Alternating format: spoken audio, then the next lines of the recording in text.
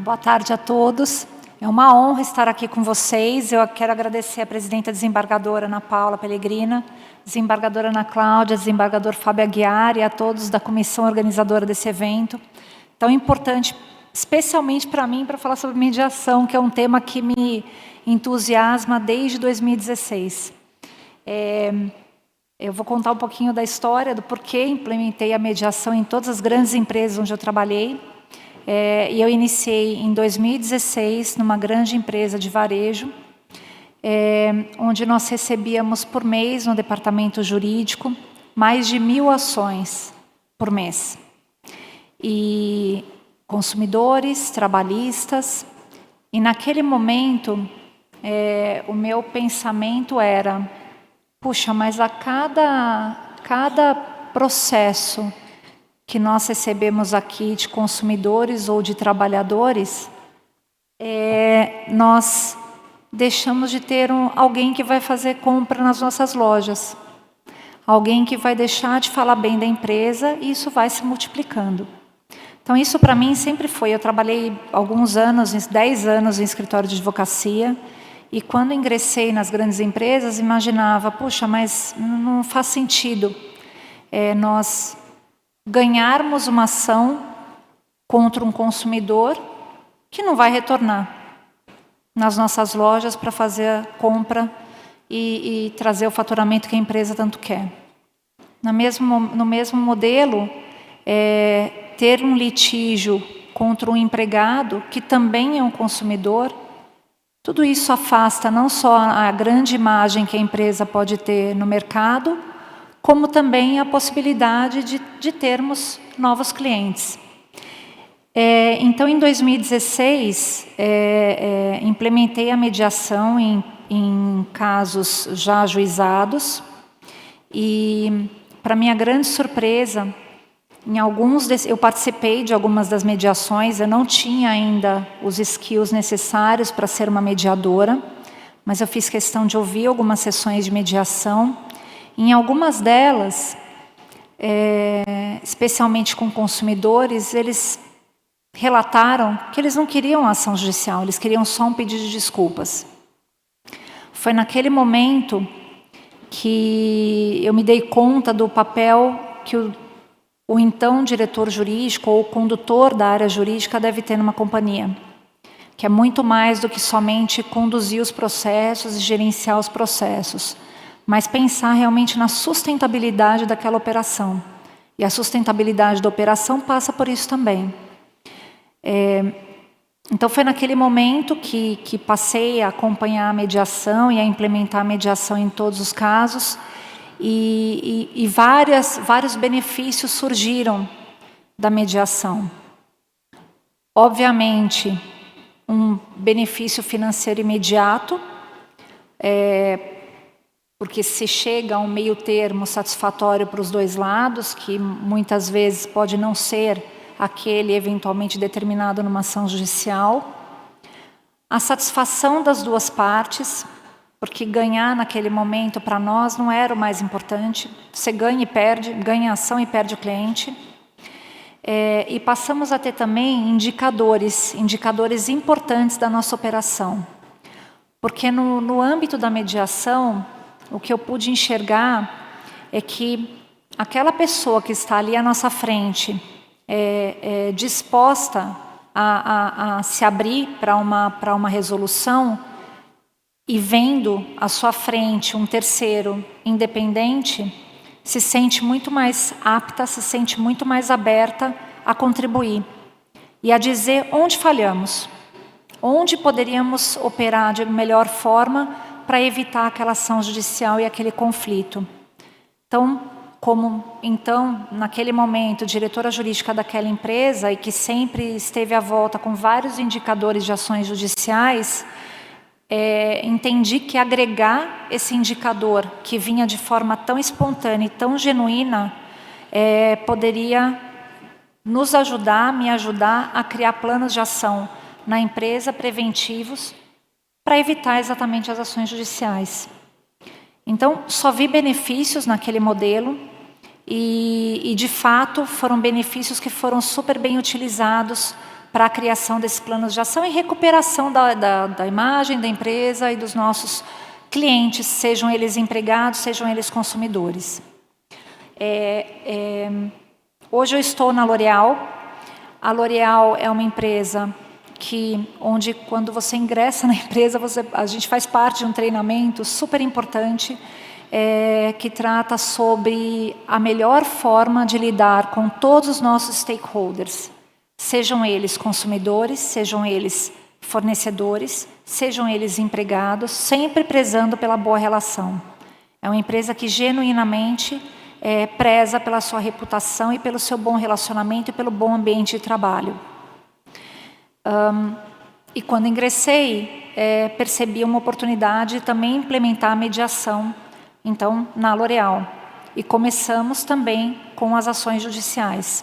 Algumas são poucas que temos em andamento, exatamente pela boa relação e operação que temos, mas rapidamente pudemos perceber uma diminuição de valores envolvidos, uma satisfação, conseguimos implementar a mediação com alguns órgãos públicos, com reduções significativas de valores envolvidos, mas não só isso, na construção também, gerando também a construção de um ótimo relacionamento.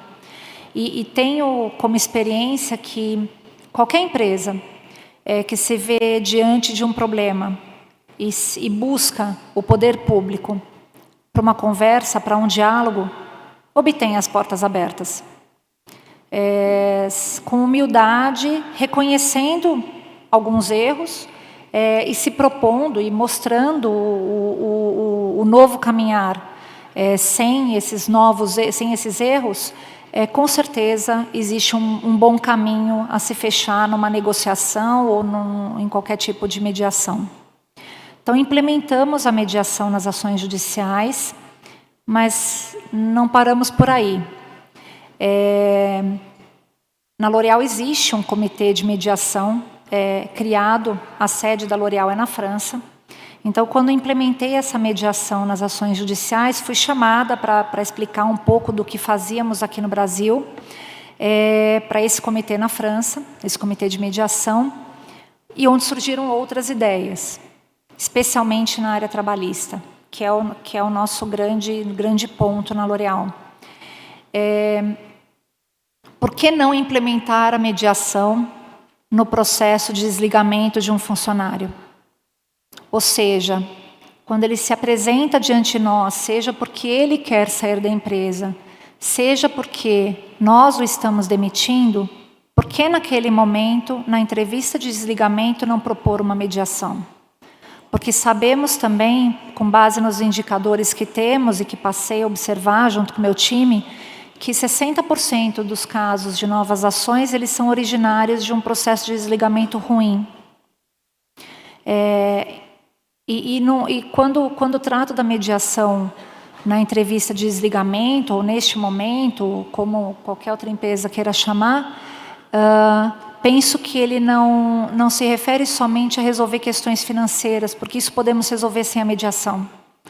Mas acho que também ouvir onde falhamos, implementar mudanças para que novos descontentamentos não aconteçam. Que acho que esse é o grande objetivo de uma empresa respeitosa como a empresa onde trabalho hoje. Surge uma questão. No momento em que se propõe isso, o empregado, o futuro ex-empregado, ele se questiona, mas eu preciso de um advogado, então, para conversar com vocês sobre isso? E acho que essa é uma questão cultural que precisamos ultrapassar no momento de uma conversa como essa.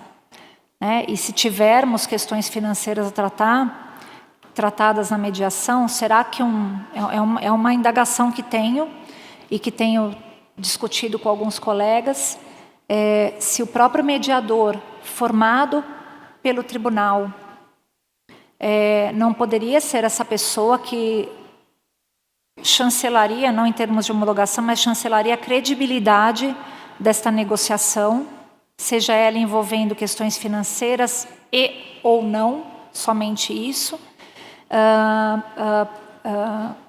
representando as duas partes, para então se homologar eventualmente essa mediação no tribunal.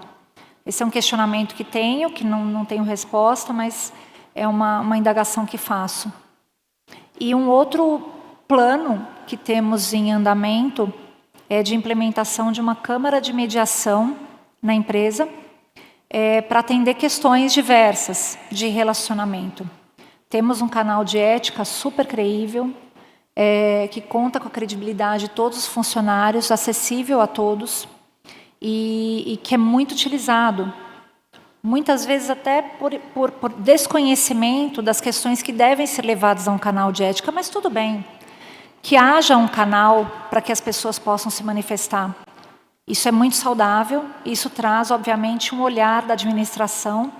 Eu faço parte do comitê executivo, traz um olhar da administração para essas questões que devem ser tratadas. Se queremos um bom ambiente de trabalho, se queremos que essa empresa seja sempre reconhecida como uma empresa com ótimas condições de trabalho, que então haja esse canal.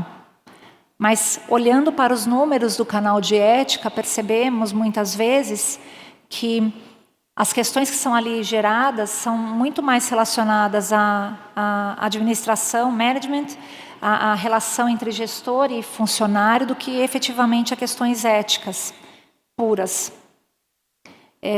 Então, pensamos se não deveríamos implementar, e isso é uma ideia gerada pelo nosso comitê de mediação na França, se não deveríamos ter uma câmara de mediação interna para tratar esses conflitos.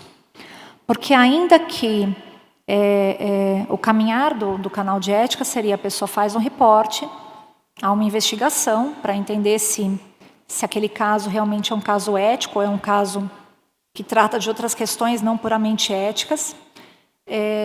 E ainda que a resposta, que haja essa investigação, que haja esse procedimento, a resposta que será dada, se for negativa para aquele que fez o reporte, ainda vai gerar uma certa insatisfação. Porque a pessoa está ainda com aquele sentimento de que ela foi ou negligenciada, ou há uma questão a ser resolvida. E manter isso sem nenhuma outra resposta pode gerar um futuro conflito de trabalho, um futuro conflito no ambiente. Porque aquela relação, bem ou mal, acabou ficando levemente desgastada por uma sensação pessoal. Então, por que não implementar uma câmara de mediação interna para resolver esse possível conflito, ou minimamente para que pessoas com determinados skills consigam esclarecer essa questão, esse ponto que ficou um pouco sem um esclarecimento para aquela determinada pessoa. E por isso pensamos agora, e a nossa próxima fase é realizar treinamentos com as skills de mediação para algumas pessoas, para alguns funcionários da empresa, como, por exemplo, as pessoas responsáveis pelo canal de ética, recursos humanos, jurídico, do setor comercial, porque para evitar, eventualmente, conflitos civis, comerciais, os profissionais do nosso setor de atendimento ao consumidor, quer dizer, um treinamento que seria mandatório para esses profissionais, para que eles possam lidar com os conflitos do dia a dia. Então, essa é uma terceira etapa do que estamos pensando para a nossa empresa, bastante validada pela França, mas ficando sempre para nós o grande desafio ainda, que é a segunda etapa, de como implementar de forma efetiva a mediação pré-processual, a fim de efetivamente evitar o conflito, a ação judicial, que traz malefícios para todos, né?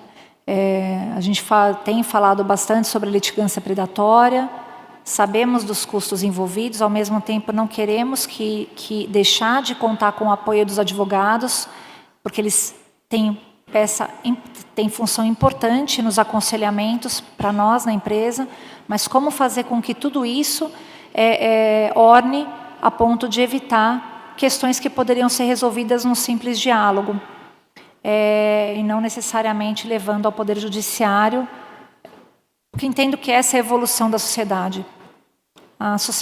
Eu me lembro, quando ingressei na carreira, há bastante tempo atrás, mais de 30 anos, os diretores jurídicos das empresas se vangloriavam por ter em suas carteiras mais de 20 mil processos, 30 mil processos. Não, eu administro 30 mil processos. Poxa, que bom, que azar o seu, né?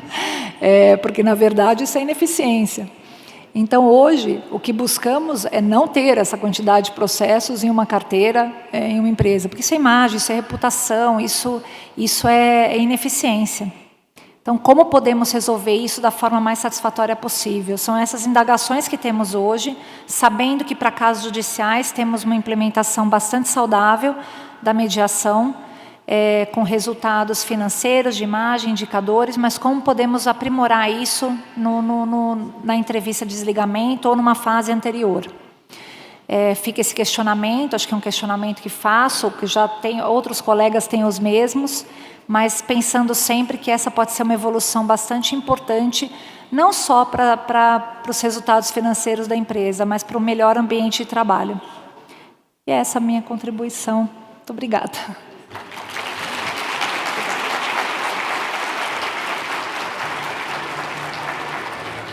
Sandra, muito obrigada. A sua fala foi muito rica e eu queria destacar alguns aspectos do que você disse e que nos deixa muito feliz dentro de quem lida com política, dentro do NUPEMEC, eu componho o NUPEMEC, digo o quão a mediação tem sido eficiente nas suas relações internas, seja de toda a ordem, como você colocou aí, com fornecedores, com trabalhadores, a ponto de você, a empresa, seu time, querer avançar para projetos mais ousados, conhecendo esses instrumentos dentro do judiciário.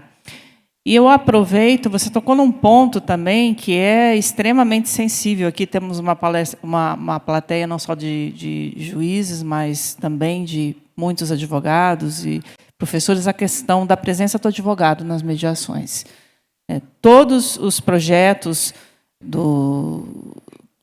que vingaram com essa política nossa de mediação, sempre contou muito com a participação dos advogados. Os advogados sempre foram nossos parceiros e nós queremos os advogados no Sejuscs. Essa resolução, ela traz a possibilidade, não é novidade nenhuma para quem lida com processo de trabalho, que o trabalhador pode vir a juízo sem advogado, né? Isso acontece muito raramente, mas acontece. As mediações pré-processuais viabilizam a ausência do advogado e traz só alguma regra ali que o juiz teria que presidir essa mediação pessoalmente. Porém, se uma das partes estiver acompanhada de advogado, essa resolução também traz essa proposição de que a outra deve estar acompanhada de advogado também por questão de equilíbrio de forças. Independente disso, convido também a todos a conhecerem as políticas do NUPEMEC e essa ação. Você disse também que me chamou muito a atenção de aproximação com o judiciário. Nós temos nessa atual composição do NUPEMEC, e ela já vem desde a gestão da doutora Gisela, que está na plateia, doutor Lorival, com quem aprendi muito de mediação também. Já recebi as empresas para termos de cooperação e a cada nova gestão dos NUPEMECs, isso vem se acentuando. Temos conversado com as empresas, formalizado acordos de cooperação, e a ideia é que seja um judiciário, um NUPEMEC, que trata das políticas de conciliação descomplicado.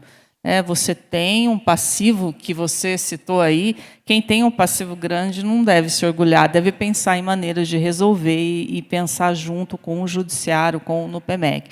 Então, eu convido a todos a conhecerem essas políticas, nós estamos de portas abertas para receber, na medida das nossas agendas, que são muito confusas, e o papel também de estar atenta a projetos novos, como ideias novas, que acho que esse é o papel também de formação dentro dos Sejuscs e NUPEMECs, pensar em ideias novas. E o Fernando acabou que ele não teve, como eu tinha pedido para ele, falar muito, que eu sei que é um assunto de interesse de todos, essa nova resolução do Supremo, que trata da extensão do acordo, a quitação de todo o contrato, que para quem lida com o acordo é um problema de todo sempre, né? que agora tem algumas circunstâncias que o acordo, se acompanhado de advogado, teria que ter uma quitação ampla. O que eu também convido a uma reflexão, não tenho respostas, ouço muito os colegas que atuam em Sejusc, em varas, acordos firmados em boa-fé, eles não dão problema. Você falou muito em restaurar a relação, que é o que a gente gosta. É um pedido de desculpa, é consertar aquela relação que está quebrada, que ela produz muitos frutos. Então, fica também essa questão para reflexão, bons acordos, né, que não gerem desconfiança ao judiciário, não adianta quitar contrato com verba rescisória, isso os juízes têm as suas desconfianças, que são muito sensíveis e entendidas, né, mas bons acordos, eu já fiz muitos acordos, eu fiquei 6 anos, e eu me lembro de poucos que retornaram, que deram problema, o índice de cumprimento foi amplo. Eu deixo essa questão para continuarmos dialogando, o painel é curto, eu não posso seguir, senão a organização do evento vai, que é um assunto que nós falaríamos sempre, né? Então, eu encerro com vocês, que aqui nos meus estudos, eu vi uma frase aqui do Rubem Alves que me chamou a atenção, até para a reflexão de usarmos esses institutos novos aqui e buscar mudanças. Não espere pelas condições ideais, aprecie os dias imperfeitos, pois é onde a vida está. Vamos com o que temos. Muito obrigada pela atenção.